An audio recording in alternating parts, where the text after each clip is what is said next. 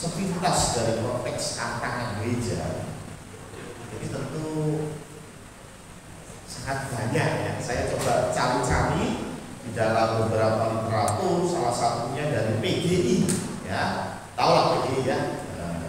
PGI ini menyatakan tantangan gereja itu paling tidak ada 5 ya. Dan menarik ya, salah satunya pluralisme itu juga merupakan sebuah tantangan gereja. Pluralisme itu menyatakan bahwa semua agama itu setara, ya, plural, ya, sama, ya. Nah, ini juga menjadi tantangan buat gereja, ya. Tetapi di samping itu ada eksklusivitas. Eksklusivitas itu seperti yang kemarin saya bicara, kalau nggak bisa Al-Masih, itu bukan pengikut Kristus. Wah, ya, ini eksklusif ya. Kalau bukan gereja HKBP, wah ini bukan pengikut Kristus ya. Ini eksklusivitas dan itu ada dan nyata di lapangan ya. Puji Tuhan di Semarang saya lihat kondisinya nggak seperti itu.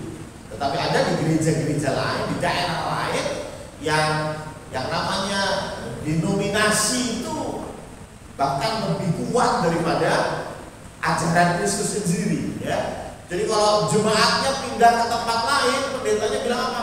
Pokoknya cari gereja Isa Al-Masih. Bukan gereja Isa Al-Masih, itu bukan gereja ya. Jadi harus ke gereja Isa Al-Masih, nggak boleh yang lain ya. Nah ini terjadi, betul terjadi. Nah, kalau kita bicara sekarang tantangan, yang pertama kita harus bertanya adalah kenapa ada tantangan? Kenapa Tuhan izinkan ada tantangan? Kalau saya lihat kenapa Tuhan izinkan ada tantangan, tentunya Tuhan ingin membuat kita semakin kuat, semakin berkembang. Ya. Yang lagi heboh beberapa tahun belakangan ini adalah perseteruan antara aqua dan le mineral. Ya, ini masuk ke marketing ya. Le mineral dengan galon yang sekali pakai, betul ya?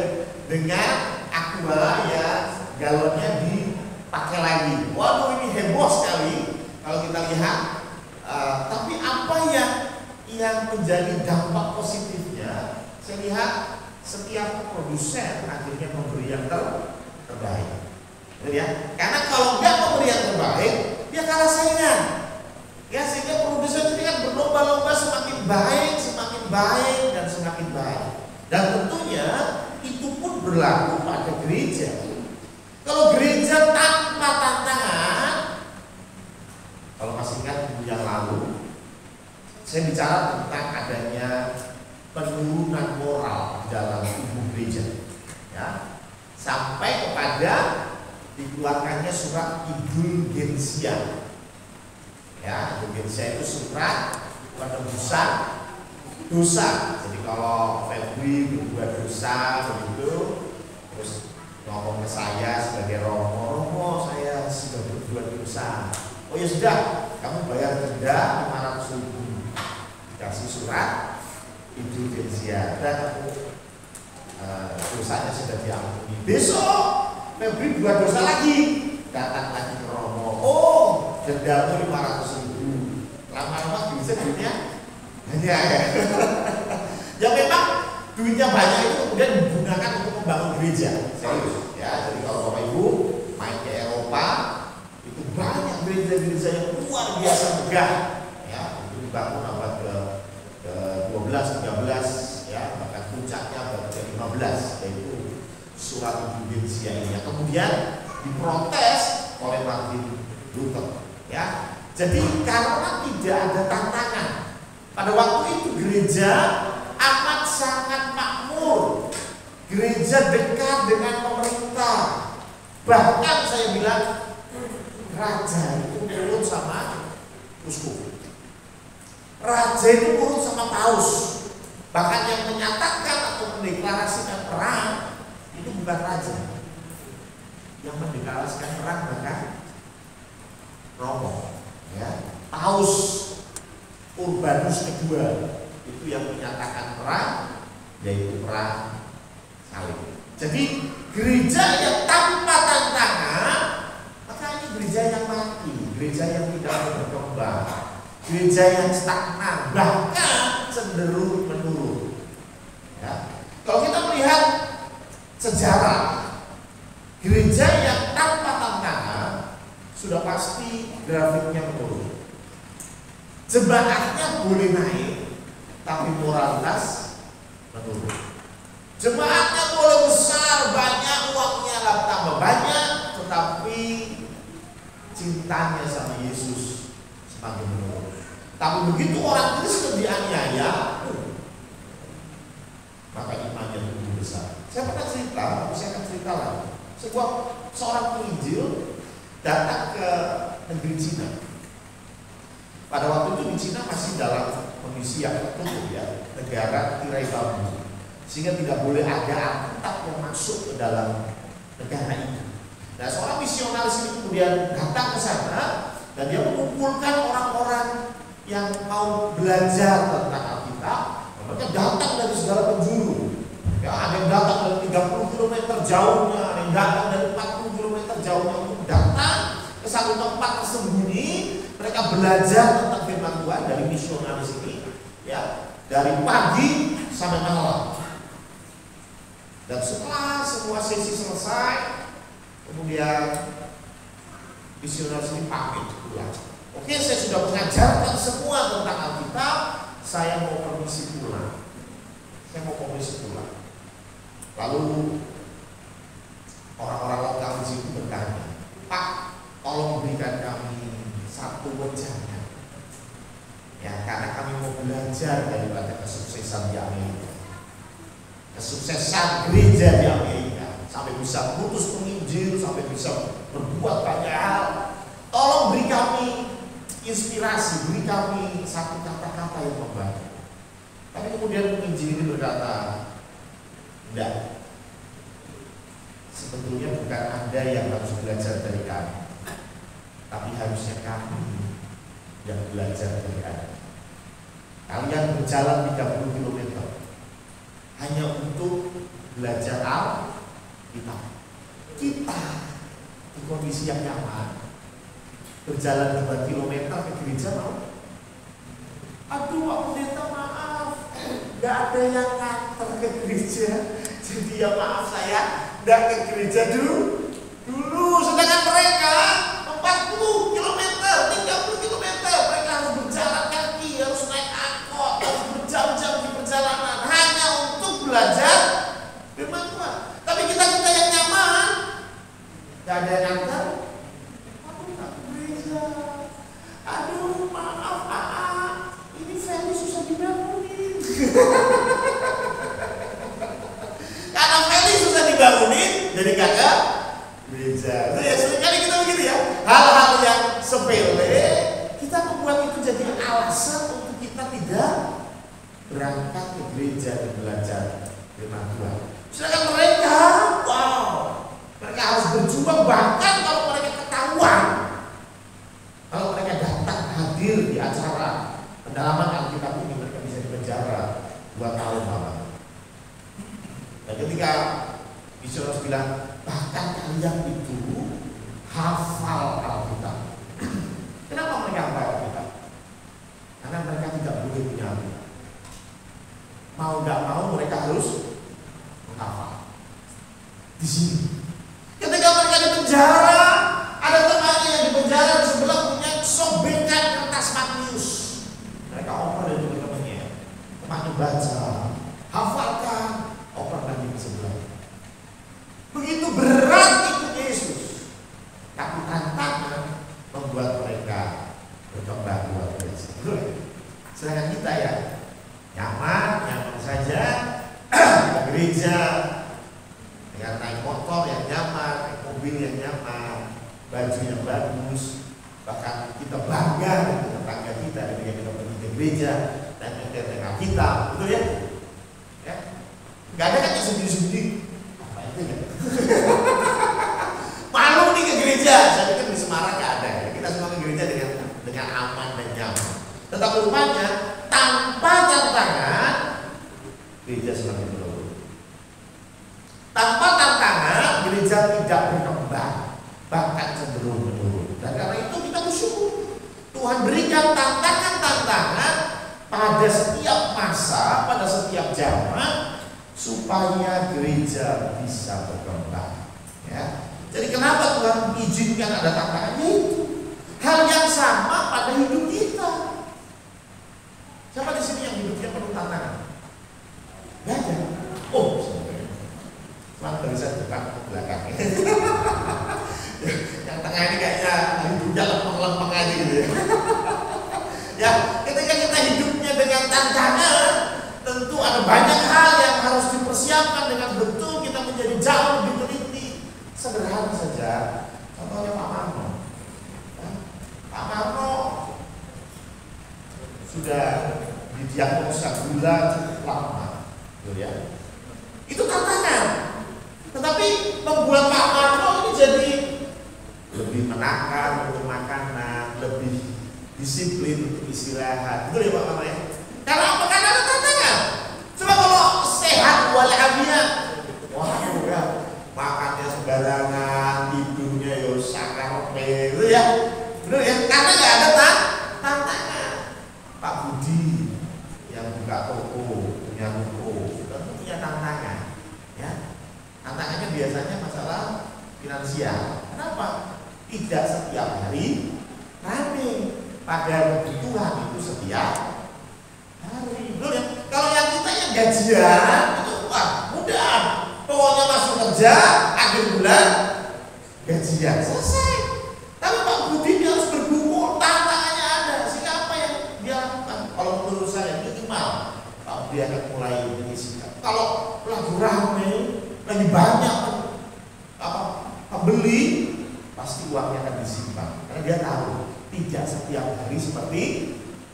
Betul ya Om?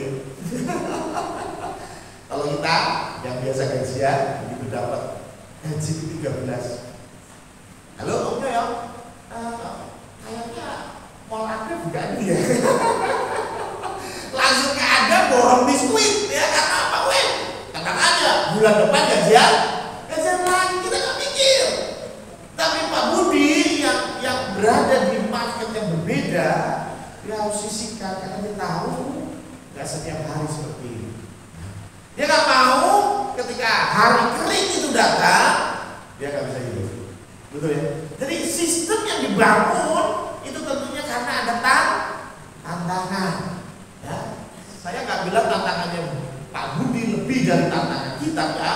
Tetapi kita semua punya tantangan masing-masing. Dan karena itu bersyukurlah dengan adanya tantangan kita bisa berkembang. Nah sekarang kembali, maknanya gereja itu apa? Sekarang banyak sekali saya melihat di dalam literatur banyak sekali tentang gereja. Dan kalau kita membahas, banyak sekali ya.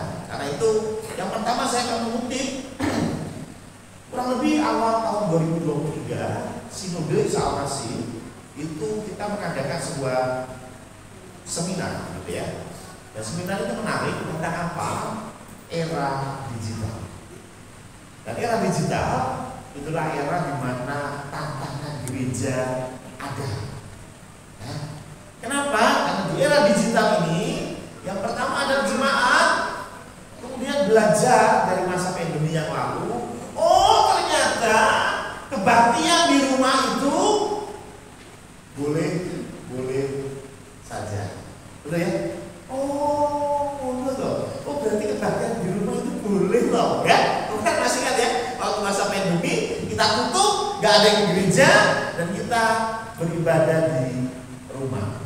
Dan rupanya itu kemudian menjadi habit yang baru, kebiasaan yang baru yang membuat ketika gereja sudah dibuka banyak yang tidak mau lagi datang ke gereja. Kenapa? Di rumah saja bisa. Bukankah masa pandemi begitu? Dan di sisi hamba Tuhan kita nggak bisa negur juga. Kalau saya mau negur Pandu kamu harus ke gereja. Dua tahun yang lalu waktu yuk melarang saya ke gereja. Sekarang saya disuruh ke gereja. Yang benar yang mana? Repot.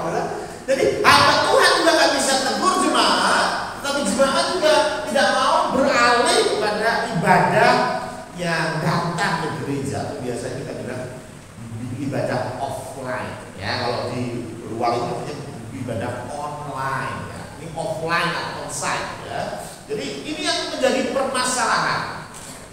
Tetapi saya terlalu percaya, saya melihat apa yang terjadi di gereja Isa Al-Masih Tuhan Kusumo. Saya melihat bahwa Bapak Ibu sudah 85% kembali datang ke gereja. Ya. Dan ini penting, karena saya pernah sampaikan, kenapa sih kita ke gereja? Masih kan? Untuk apa, Mas Firwin? Wih, ya.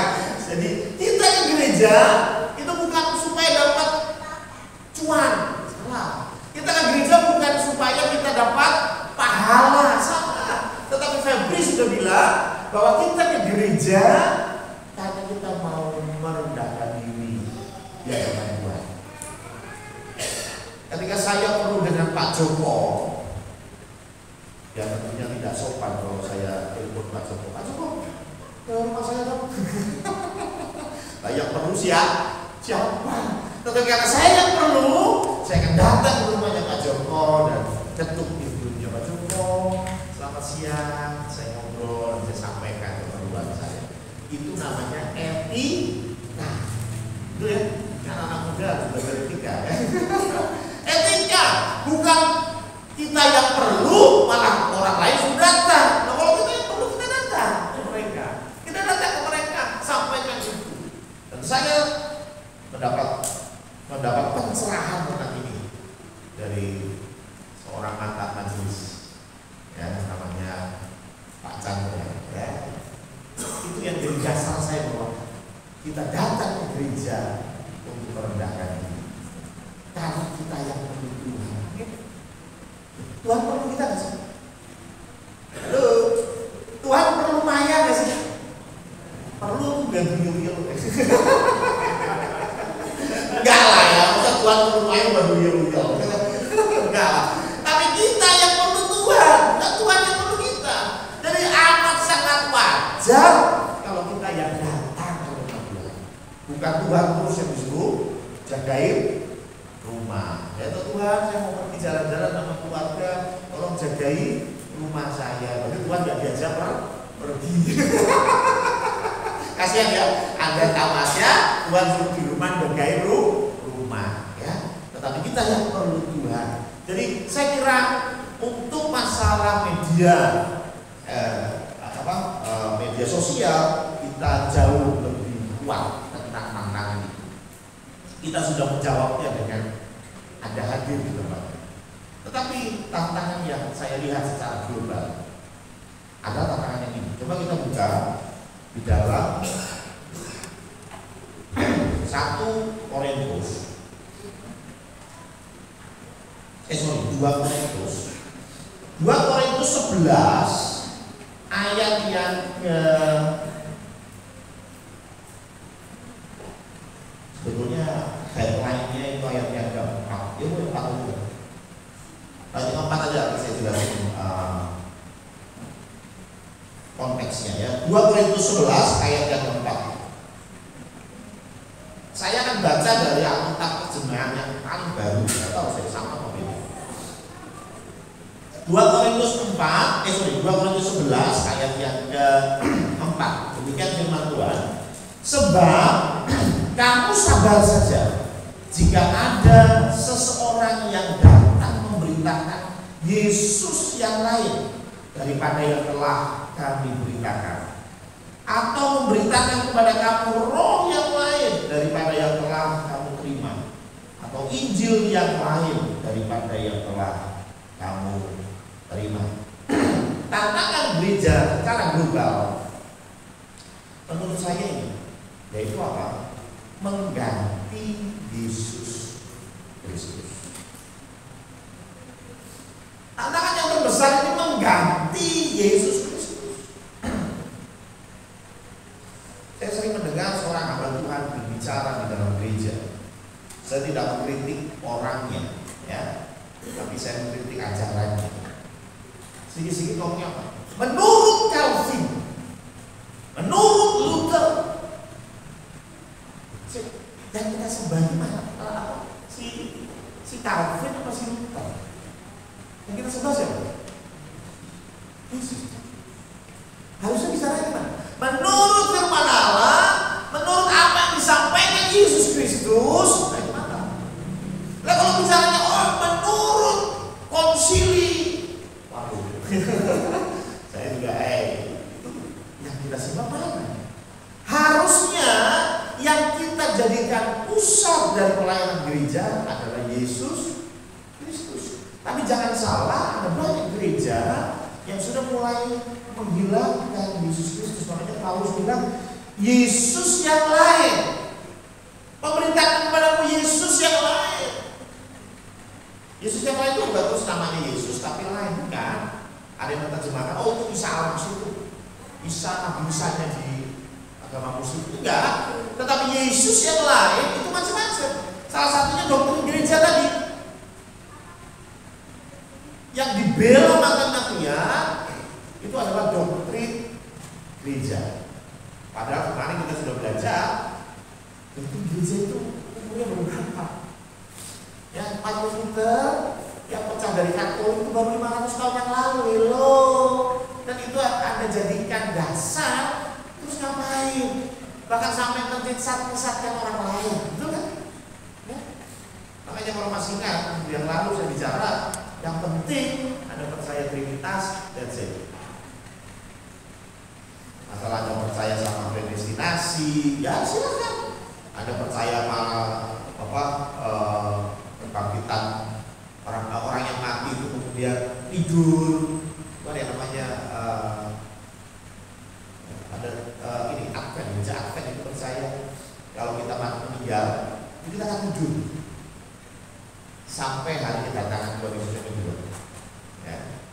Mendengar suara nafyu atau sangkakala baru dibangkitkan, gitu ya. Jadi kita ini tidur, gitu ya. Ada yang bilang gitu ya.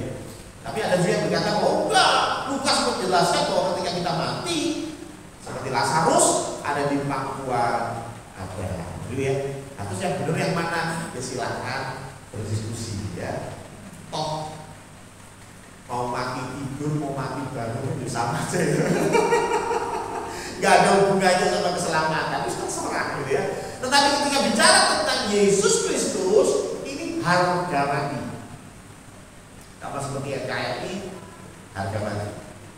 Asal ada orang Jawa, orang Sunda, Manado, Lilian, orang NTT, nggak perlu. Yang penting NKRI, betul ya.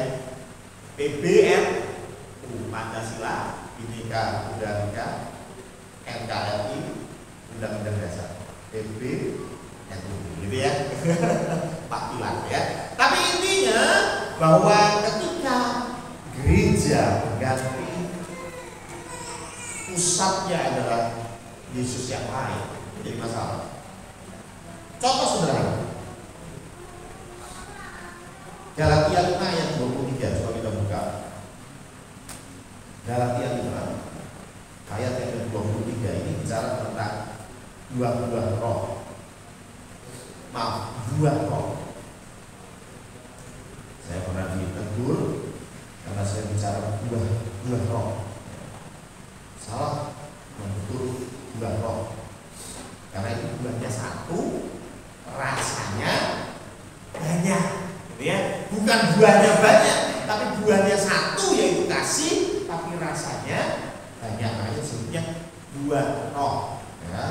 Oke, Galatia 5 ayat 23 itu setelah penjelasan tentang dua roh. Ya. Tentang dua roh. Ini ayat 22 itu kan, tetapi dua roh ialah dan seterusnya. Nah, yang menarik ayat 23, tidak ada hukum yang menentang hal-hal itu. Jadi hal-hal yang baik, bicara kasih, bicara mengasihi orang tua, bicara sedekah, bicara cinta tanah air, bicara bekerja dengan segenap hati, maaf, itu universal. Gak cuma Kristen yang ajarkan itu, setuju? Ya. Ada jadi orang Buddha juga gak akan curang dan bunuh. Orang Buddha kan mengajarkan kok mengasihi orang lain, sama. Ya. Dan ini yang terjadi di dunia ini, terutama di dunia barat, yang saya berharap tidak berimbas kepada dunia timur. Dunia barat ini banyak orang meninggalkan Kristen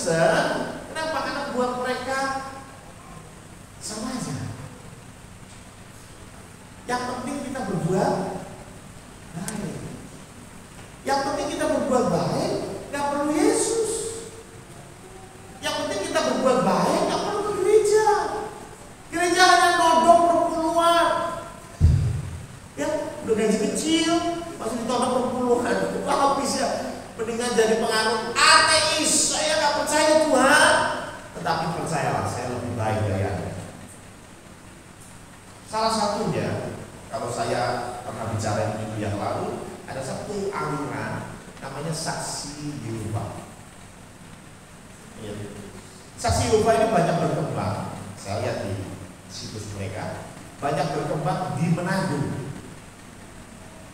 Ya menarik ya. Saksi Yehova banyak berkembang di Manado. Banyak pindah di Amerika. Ya, memang awalnya dari Amerika, tapi di Indonesia banyak di Manado. Kenapa saksi Yehova ini bisa berkembang pesat di Amerika? Ternyata hasilnya menarik. Bahwa orang-orang saksi Yehova punya moral yang lebih tinggi dari orang Kristen. Ya, mereka berbagi satu dengan yang lain. Orang Kristen, nah, punyaku ya punyaku, punyaku kalau bisa jadi punyaku gitu ya. Orang Kristen ya.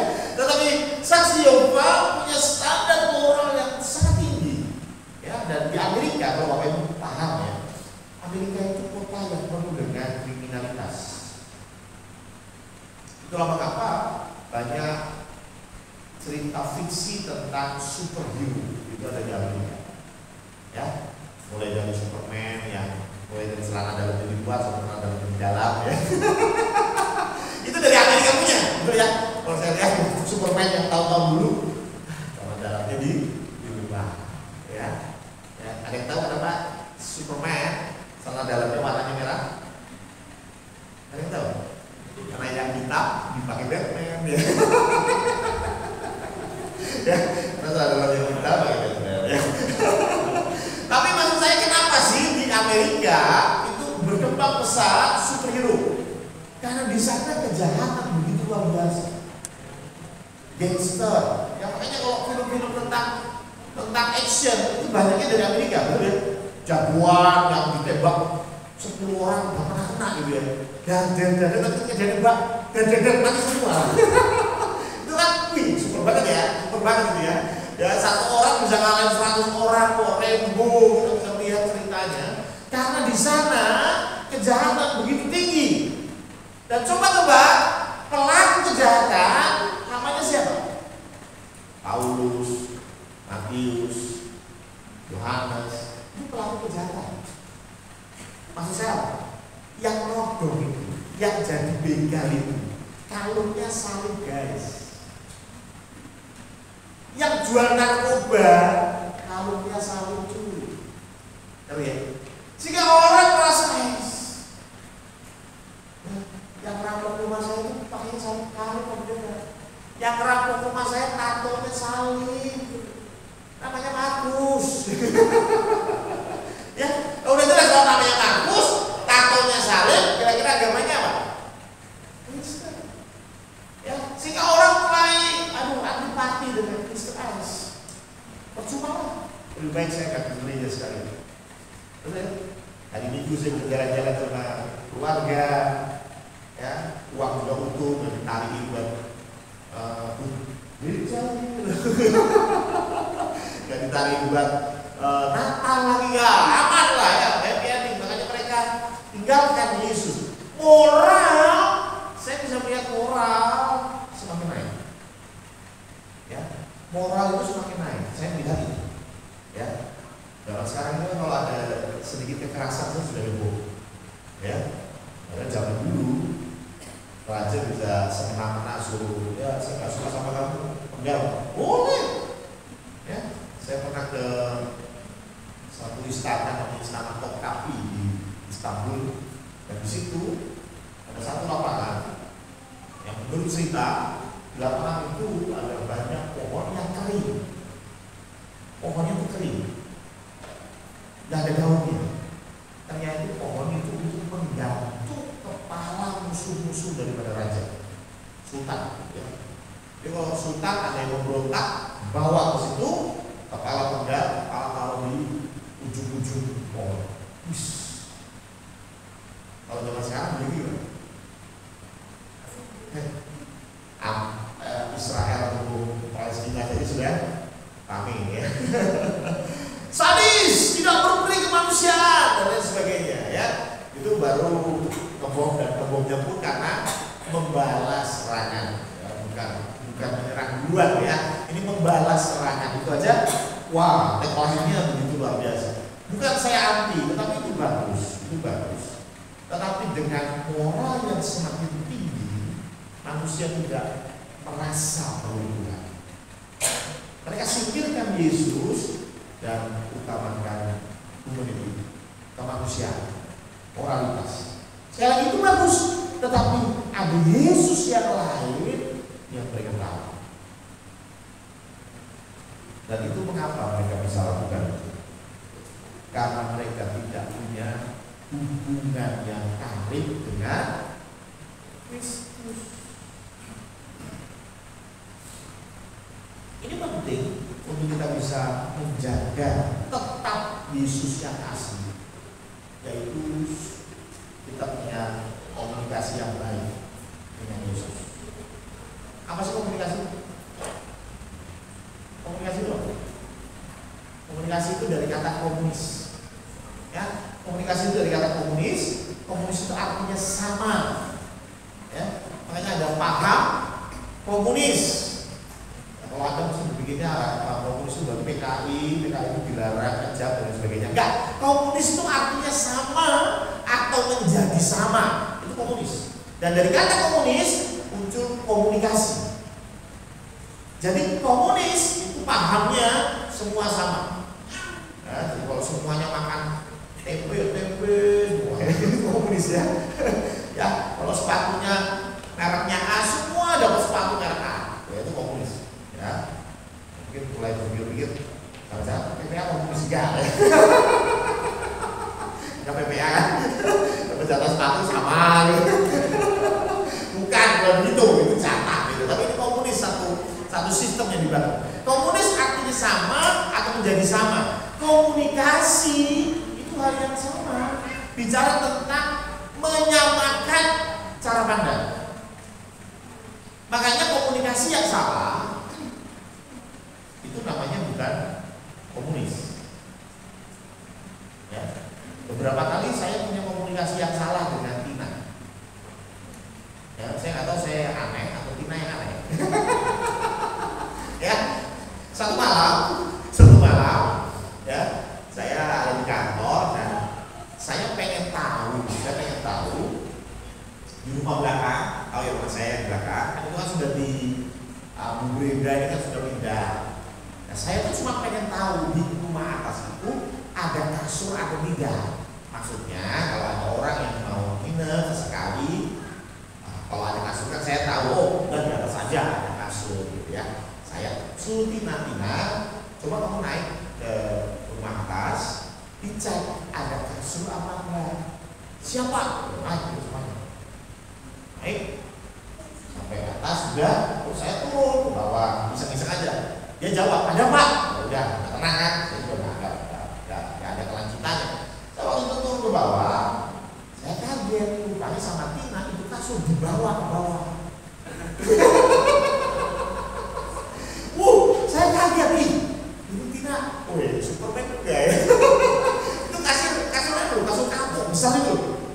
Dibawa dari atas sampai ke sini, saya kaget. Loh, kok kamu bawa turun? Loh, kata bapak disuruh bawa turun. Gak ada itu.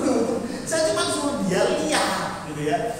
Lihat ini kasur ada atau tidak. Ya. Itu berarti apa? Komunikasi yang tidak berjalan dengan baik.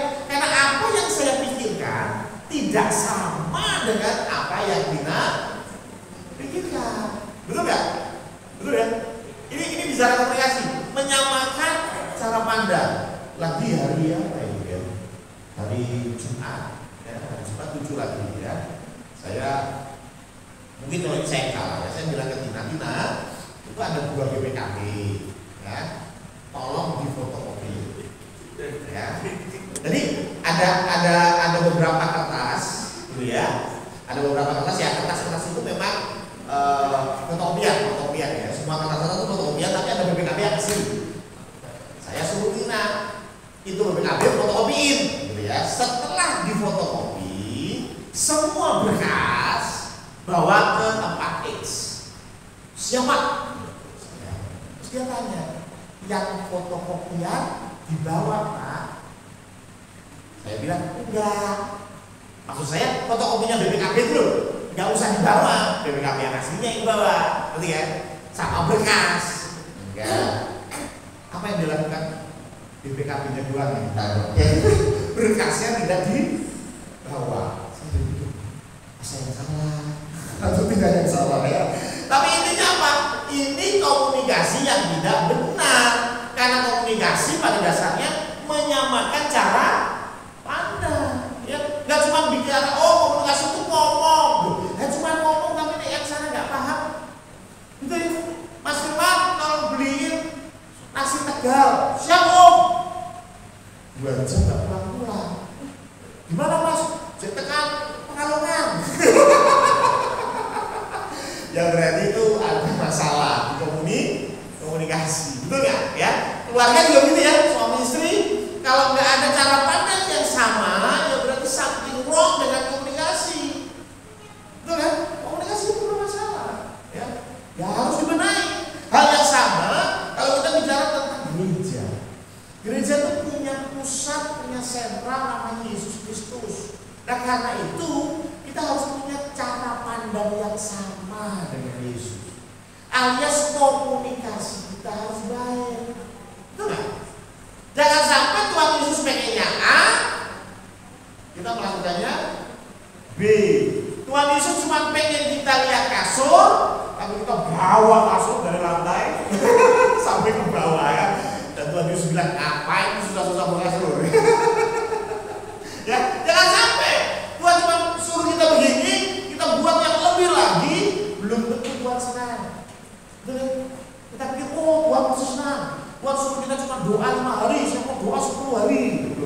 Nah, kalau Tuhan suruh 5 hari, ngapain 10 hari? Itu komunikasi yang benar harus membuat kita punya cara pandang yang tepat, cara pandang yang sama dengan Allah. Pertanyaannya, bagaimana?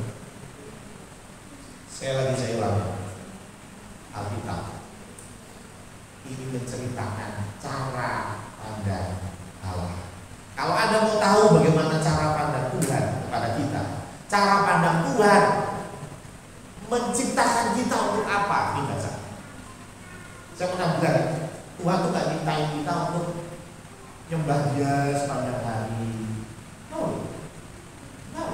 Ada yang masih ingat kenapa Tuhan ciptakan kita? Febri mungkin cerdas. Kenapa Tuhan ciptakan kita? Ayo, ada yang masih ingat gak? Saya pernah bicara itu. Hah?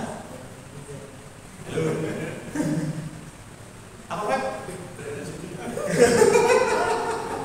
Ada yang bilang bahwa Tuhan itu mau menciptakan manusia supaya manusia setiap hari berdoa sama Tuhan.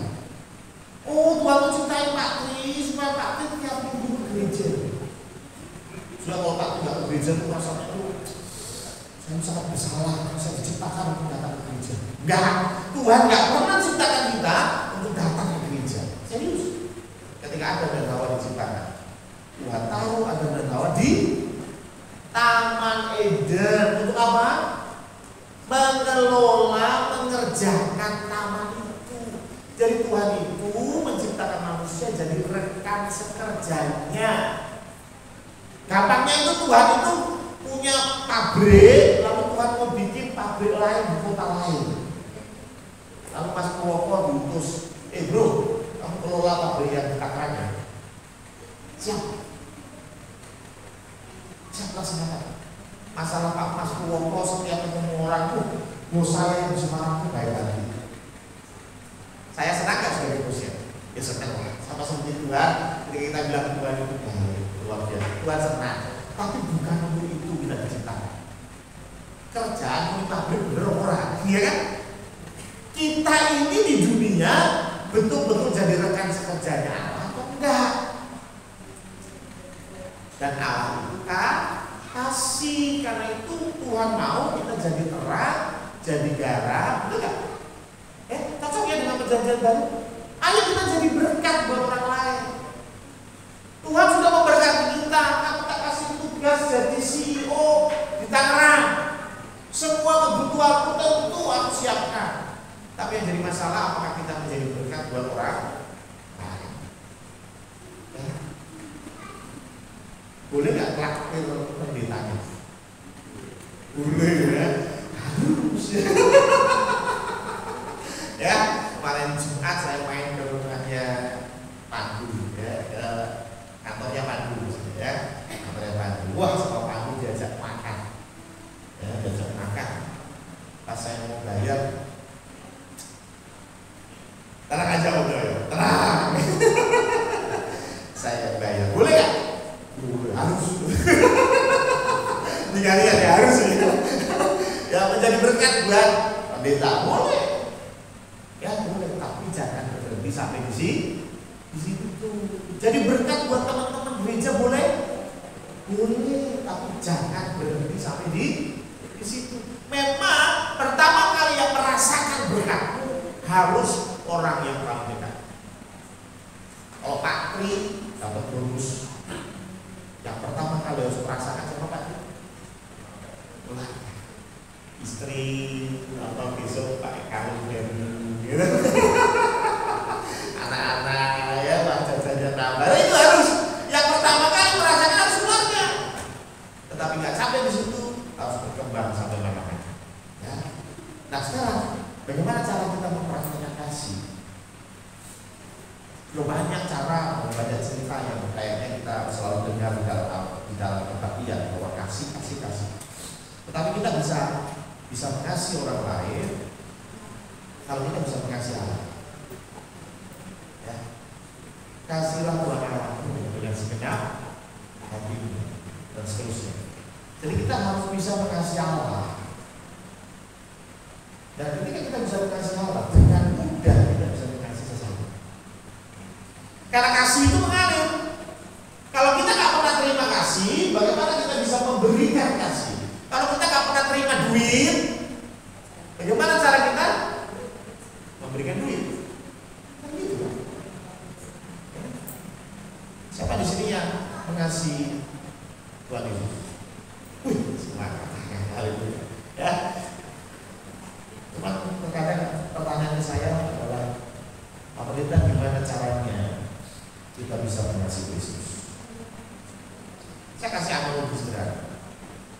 Dan itu yang menurut saya titik penting di mana kita bisa mengasihi Allah.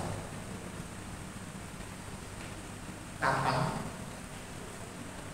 para wanita di sini, kapan Anda pertama kali begitu mengasihi mamanya?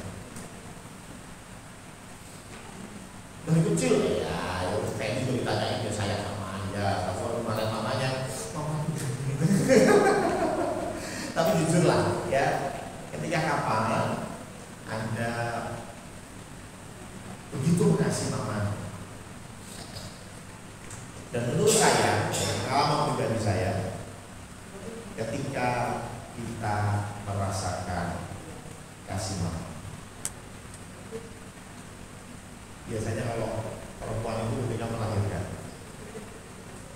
ya, ketika melahirkan wangi koyok ini, sakitnya seperti ini, baru ingat dulu papa tuh ngelahirin saya ternyata kayak begini. Kalau laki-laki biasanya mengasih papanya apa? Selamat keluarga. Ternyata ada istrinya pusing ya. Ternyata tiap hari harus dia makan di rumah itu berat loh.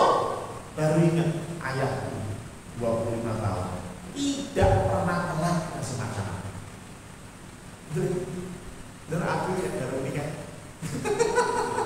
Sekarang baru tahu Yoyo ternyata tanggalan itu mengerikan. Baru mengerikan kan? Kilengnya cicilan. Dia tanggalan bukan lagi ya. Dulu ketika belum tanda kutip merasakan kasihnya Allah, kasihnya Bapa, kasihnya Mama, kita nggak bisa mengasihi mereka dengan segenap hati. Betul kan? Tapi begitu Anda tahu ternyata yang dilakukan Papa itu begitu luar biasa, yang dilakukan oleh Mama begitu luar biasa, disitulah Anda bisa mengasihi Allah dengan segenap hati. Dari mana kita tahu Allah mengasihi? Baca Alkitab, sehingga engkau semakin mengerti Allah mengasihi. Dan ketika kau mengerti Allah mengasihi, saya terlalu yakin dengan mudah Anda akan bisa mengasihi Allah. Amin. Mari kita tundukkan kepala. Tuhan Allah Bapa